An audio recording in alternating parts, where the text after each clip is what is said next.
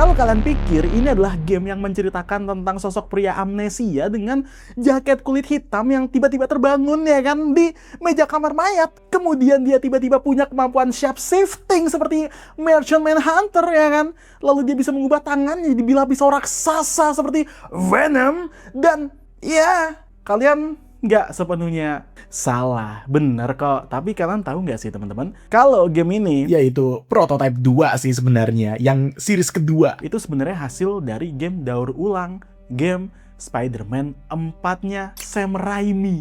Kok bisa bang? Oke. Jadi gini, di tahun 2008, industri game open world itu lagi gila-gilanya teman-teman. Dan pada saat itu semua developer tuh berlomba-lomba bikin game yang peta kotanya tuh luas banget. Mereka tentu saja menawarkan kebebasan eksplorasi, terus mekanik pergerakan game yang cepat gitu. Akibat apa? Akibat banyak hal sih, salah satunya karena GTA 4. Tapi gini, di satu sisi sebenarnya publik tuh lagi menunggu sequel game superhero gitu. Setelah kesuksesan dari game Spider-Man 2 yang bisa dibilang mendobrak industri melewati ya mekanik web swingingnya yang berbasis real physics. Serta Spider-Man 3 yang meledak di pasaran juga meskipun game ini tidak sewahiwehoho dan segege gaming Spider-Man 2. Nah, untuk game Spider-Man 4 ini ya tentu saja ini di bawah naungan publisher Activision lagi dan juga developer Radical Entertainment. Itu katanya udah dipastikan siap memproduksi game tersebut. Istilahnya pada saat itu ya teman-teman ya, semua aset tuh udah disiapkan lah.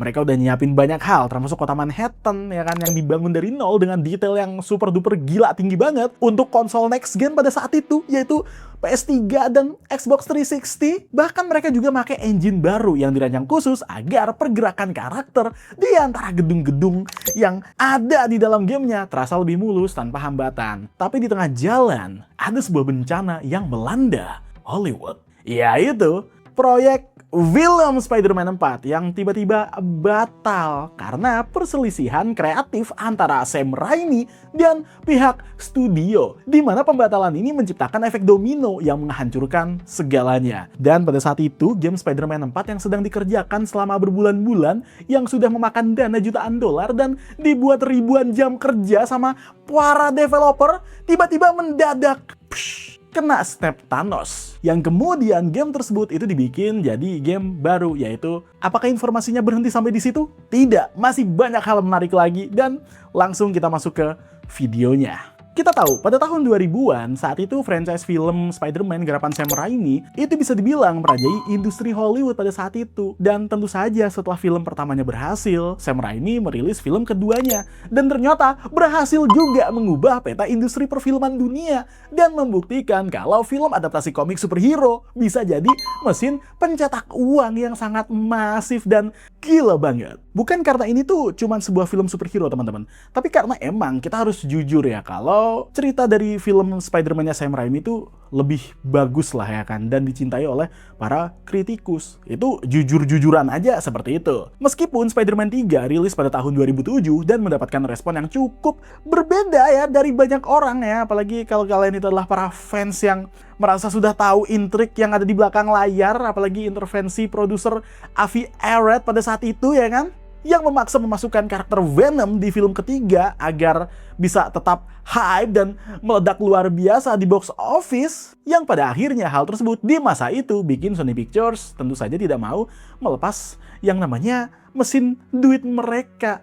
Tanpa ragu mereka berpikir, oke, gacor nih Kang dari Spider-Man 3, mari kita bikin Spider-Man 4. Hayo! Spider-Man 4 pun resmi diberi lampu hijau untuk diproduksi.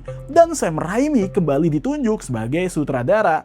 Dan tentu saja Tobey Maguire kembali pakai kostum Spider-Man lagi. Rencananya film ini tuh akan dijadwalkan rilis di bioskop pada tanggal 6 Mei 2011. Sam Raimi yang merasa kurang puas dengan hasil Spider-Man 3 akhirnya bertekad menjadikan film Spider-Man 4 sebagai ajang penembusan dosanya.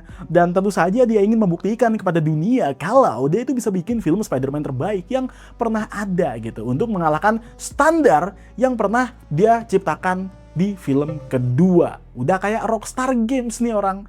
Konsep ceritanya pun dibangun dengan sangat serius. Musuh utama yang disiapkan adalah Adrian Toomes alias The Vulture yang rencananya bakal diperankan oleh aktor veteran kelas atas yaitu John Malkovich. Selain Vulture, ada karakter Felicia Hardy juga sebagai Black Cat dan bakalan ada yang namanya cameo dari Bruce Campbell sebagai Mysterio. Sam Raimi ingin mengembalikan fokus cerita ke konflik personalnya Peter Parker yang emosional dengan pertarungan udara yang bisa dibilang direncanakan akan dibikin lebih dramatis gitu. Karena musuhnya Vulture, bro. Nah, di industri game itu udah jadi hukum yang tidak tertulis ya. Kalau misalkan ada film blockbuster besar dari Sony pada masa itu, ya kan, maka game movie tie-in itu atau adaptasinya harus siap rilis berbarengan di toko-toko game di hari pertama filmnya tayang. Tentu saja publisher raksasa seperti Activision yang saat itu memegang lisensi eksklusif untuk bikin game Spider-Man langsung bergerak dengan cepat dong. Mereka nggak mau setengah-setengah tentunya, karena ini Spider-Man cuy. Activision membagi proyek game Spider-Man 4 ini ke dalam dua divisi utama. Satu untuk Nintendo Wii, di mana Activision menyerahkan pengerjaannya ke studio Eurocom. Tapi untuk versi flagship next-gen konsolnya, yaitu PS3, Xbox 360, dan PC, Activision langsung nunjuk ya studio papan atas kepercayaan mereka yang berada di Vancouver, Kanada. Wah, ini tempat tinggal saya nanti di masa depan. Yaitu ke Radical Entertainment. Radical Entertainment ini tuh bukanlah studio sembarangan guys, karena mereka adalah dalang dibalik game-game open world populer kayak The Simpsons, Hit and Run, dan The Incredible Hulk Ultimate Destruction. Jadi, mereka tuh udah terbukti sangat berpengalaman dalam menciptakan mekanik pergerakan karakter di peta dan kota yang luas. Activision itu memberi mereka tenggat waktu dan anggaran jutaan dolar tentunya, serta instruksi yang jelas untuk game Spider-Man Open World yang harus dibuat, dimana harus realistis, dia juga harus terlihat lebih cepat dan harus terlihat lebih luar biasa dibandingkan game sebelumnya. Tentu saja Radical Entertainment yang emang sebelumnya udah berpengalaman dalam bikin game open world langsung tancap oke gas ya kan. Selama berbulan-bulan, ratusan tim developer, desainer grafis, dan programmer bekerja keras siang dan malam. Jadi mereka online terus tuh. Mereka merancang ulang arsitektur kota New York agar terasa lebih hidup. Mereka bikin gedung-gedung pencakar langit dan dibangun dengan skala 1:1. Jalanannya juga dipenuhi kendaraan yang lalu lalang dan warga sipil juga terlihat di trotoar. Ini bisa dibilang tuh yang paling ambisius pada masanya teman-teman. Dimana mereka juga ngerjain yang namanya engine fisik baru. Mereka pengen bikin pergerakan web swinging jaring Spider-Man nggak cuman kelihatan keren, tapi lebih kelihatan punya bobot dan momentum dan kecepatan yang lebih responsif di tangan kita sebagai pemain. Semua berjalan dengan lancar. Aset-aset visual udah mulai terbentuk, ya kan? Prototyping, gerakan mengayun dan berlari di dinding juga sudah berhasil dijalankan. Bisa dibilang versi awal gamenya, first build gamenya, sampai keluar air liur saya, bisa dimainkan secara internal. Tentu sebagai developer, mereka pasti berpikir kayak, anjay mabar, sudah jadi nih, tinggal kita poles-poles saja guys, ikusumine.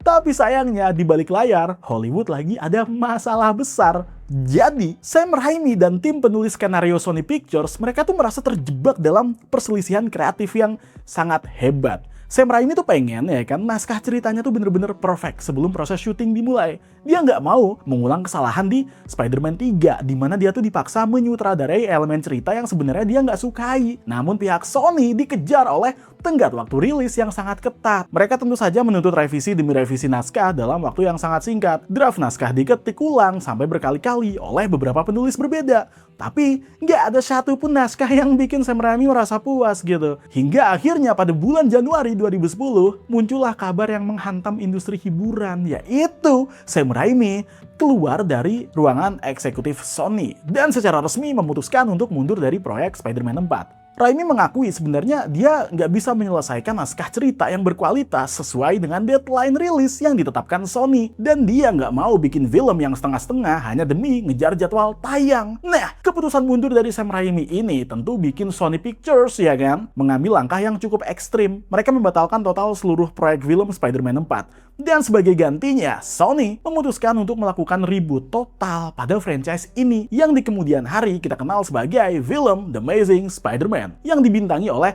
Andrew Garfield. Pembatalan film ini jadi pukulan telak dong yang mematikan ya kan bagi studio Radical Entertainment di Kanada ya. Karena tentu dalam bisnis game teman-teman, apalagi game adaptasi film, kalau misalkan filmnya itu tidak ada, maka gamenya juga tidak punya alasan untuk rilis. Itu kayak, wah saya punya Doxley nih, kira-kira apa yang harus saya lakukan dengan Doxley ini ya kan? Untuk merilis apa yang udah mereka bikin, ya kalau nggak ada alasan yang kuat tentu saja tidak bisa dirilis. Karena kita tahu kalau sebenarnya Spider-Man juga bukan IP milik Radical Entertainment. Secara mendadak Activision datang ya kan dan memberi perintah resmi untuk menghentikan seluruh proses pengembangan game Spider-Man 4. Kalian bisa bayangkan tidak ya kan, sebagai developer ya di Radical Entertainment pada saat itu mereka sudah berbulan-bulan bekerja keras ya kan, bikin ribuan baris code nulis, terus mereka juga bikin modeling kota New York wadah, dan ngepolis setiap harinya. Tiba-tiba ya kan kena snap Thanos itu proyek ya.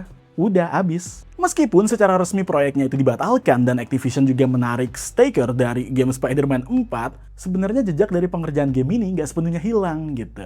Karena bertahun-tahun setelah insiden pembatalan tersebut, muncul tuh potongan-potongan video gitu kan yang memperlihatkan gameplay dari game Spider-Man 4. Dan ternyata bukan hanya itu teman-teman.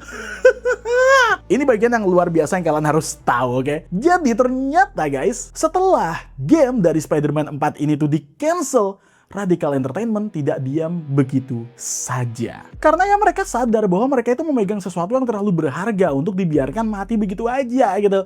Kayak, aku sudah menciptakan sebuah teknologi luar biasa, tapi kenapa ini harus dimusnahkan? Kayak gitu.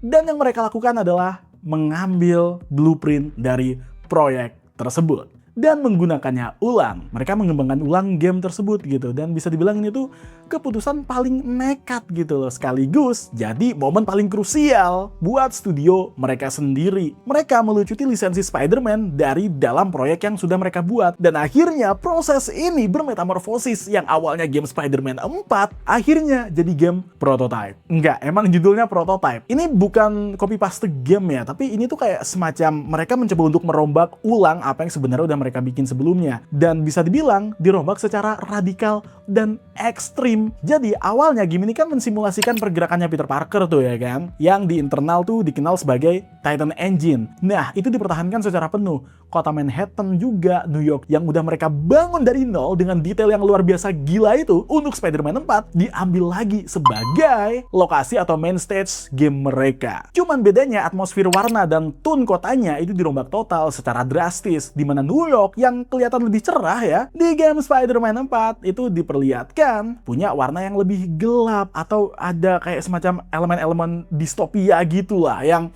kelam, brutal, yang mencekam, dan warnanya udah kayak what if film Hollywood ya, menceritakan tentang lokasi di Arab yang agak-agak kuning-kuning suram gitu. Ketika mereka itu mengembangkan gamenya, developernya berpikir, wah ini ada mekanik jalan di tembok nih, pertahankan nggak ya? Kayaknya bagus deh kalau kita pertahankan. Tapi kita hapus aja yuk web swinging dan jaring-jaringnya. Gimana menurut kamu? Saya tanya pendapat kalian. Setelah dipikir-pikir lagi, akhirnya mereka pun menghapus itu karena juga tidak terlalu berguna itu fitur. Dikarenakan ini bukan game Spider-Man lagi. Jadi gerakan lari nempel di dinding yang tadinya ngandalin kelenturan tubuh sang pahlawan merah biru ini diubah jadi semacam kayak dorongan power superhuman, raw superhuman gitulah, yang bisa nembus hukum gravitasi. Dan tentu saja setelah game prototipe ini tuh dibuat, disempurnakan, dan dirilis, gamenya berhasil ternyata. Saking kerennya game ini selalu dibanding-bandingkan dengan game Infamous. Nah, buat kalian nih, udah pernah mainin gamenya belum? Coba tulis di kolom komentar. Kalau misalkan kalian itu pengen beli gamenya, aku udah taruh linknya di deskripsi di bawah. Dan tentu saja kalau misalkan kalian itu suka mengenai konten-konten game superhero seperti ini, yang memang jarang banget dibahas ya kan, jangan lupa untuk like dan juga subscribe channel ini, karena aku juga nggak akan cuman bahas game superhero. Dan next mungkin aku juga bakal bahas film superhero juga, meskipun bukan review film. Terima kasih udah nonton, dan sampai jumpa lagi di video berikutnya.